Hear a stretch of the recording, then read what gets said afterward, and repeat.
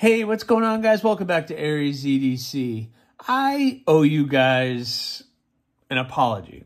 I owe you guys a long-form video on this knife. On the last one, I kind of abruptly ended that one before it was finished, and I really feel bad about that. You guys deserve to see the knife completely done. So I'm going to take some time on this one and show you guys the knife, where it came from, and a little backstory on it, a little bit more in depth, and then we'll get a closer look at the knife.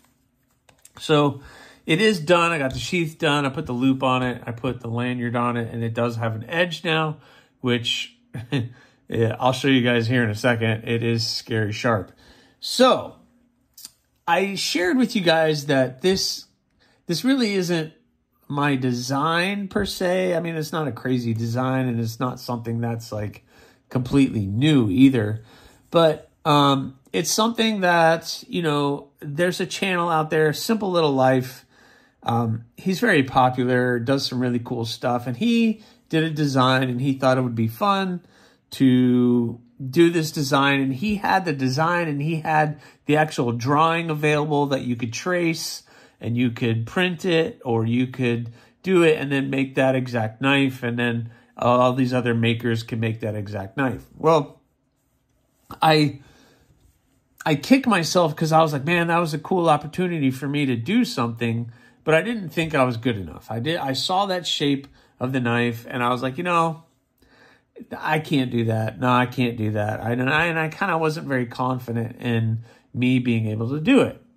And then, you know, he was showing some updates, and he showed some of the finished products or projects, and I was like, you know, I'm kicking myself. I should have done it. Even though I'm limited with equipment and technique and skill and all of those experience and all of those things, I was kicking myself for it. So I decided to do my own spin, which was fine.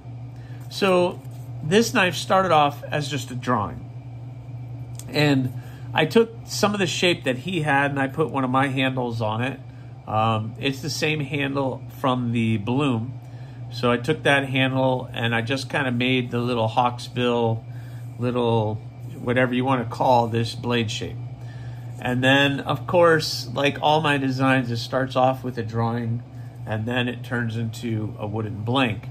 So I just transferred that into the wooden blank, and got the wooden blank into a really good shape, and I really like the way that the shape came out.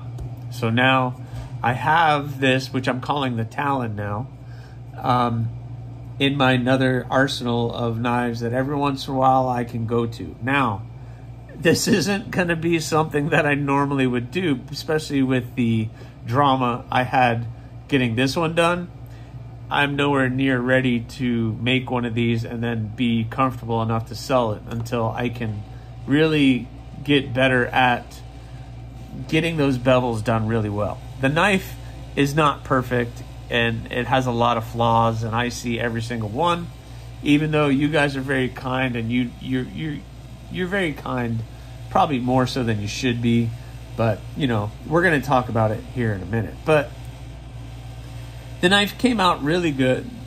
I'm really happy with it, even though the tip broke off and I was able to reprofile it, which was all on me. So let's talk about the knife. So I decided that green and blue would be a fun combination. I kept it simple, no liners, just G10 and the pins.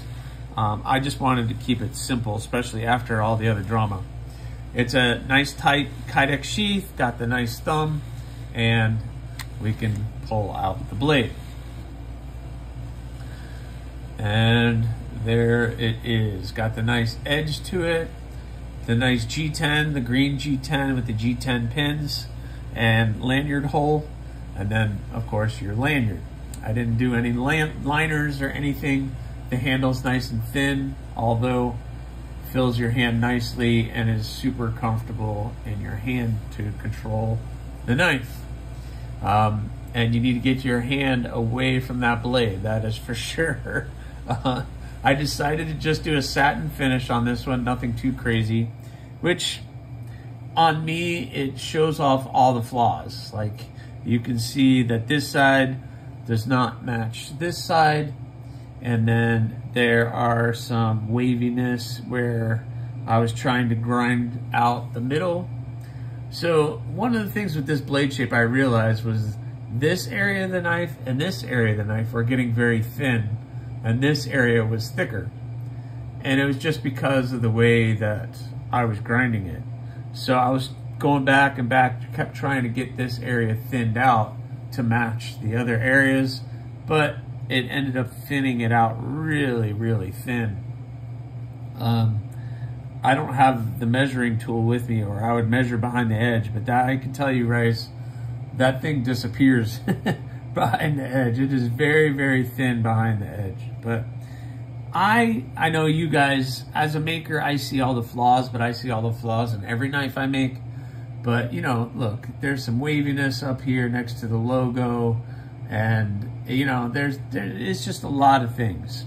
And I'm not comfortable selling this knife with the tip breaking, even though I know after you heat treat and quench, that's why you have to temper, because the steel is hard, but it's also brittle. And I started messing with the tip and it just broke right off. But now the blade has been tempered, so I'm hoping, of course, I'm not going to do any testing on it, because quite honestly, I don't want to break it, which is why I'm keeping it. But I don't know, down here at the tip, there's some weird things going on, and I don't know if that's like micro cracking, or I don't know, guys. I really don't. But overall, get back there. Overall, I'm happy with the way it came out. I really am happy with the way that it came out. I know I'm kind of bashing it and saying a bunch of bad things, but I am happy with the way that it came out. I got a nice edge on it, even though that wasn't easy either, sharpening this. I used the Work Sharp sharpening system only because the plates on it are so thin.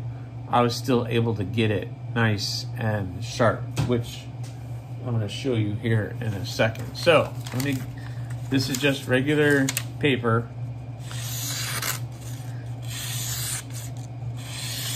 Yeah, like butter, baby, like butter. I mean, it just, yeah, I mean, it is sharp, it is scary sharp.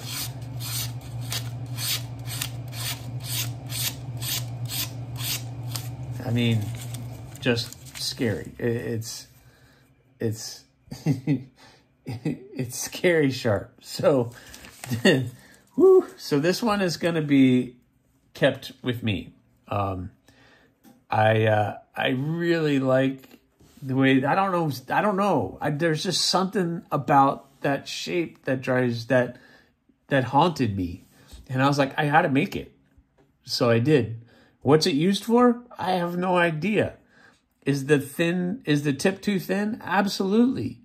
But looks pretty cool. Right? It does look pretty cool. So anyway, I felt like I owed you guys a final video on this guy just to show it off. And, you know, always put your mind to something. Never give up. You guys were great in the comments on that one, yelling at me through your screen, telling me not to give up, and then I didn't give up. And it turned out really, really cool. But don't get your hopes up thinking you're going to get one day, because this is definitely not something I'm going to be making anytime soon. It's kind of like in the same vein of the Crow. The Crow was just that one-time thing that it just happened to be there. Can I make another one? Yeah. Do I want to make another one? Not really. It's just kind of like a one-off thing. I have my blades I like to make, but this one I just wanted to show off to you guys, and so you guys could see what it looks like. But this one's going to be carried by me for the next good while. I don't plan on selling this one, but man, that thing is dangerous. I'll tell you that. It is very, very dangerous. So there it is, guys. There is the Talon. What do you guys think? Do you guys like that one? I know some of you guys might not be too crazy on the color, but I was trying to make it fun. We made it this far. I might as well make it a little fun. All right, guys. Thanks for watching, and thanks for your support. Please subscribe, like, leave a comment or not. That choice, as always, is yours.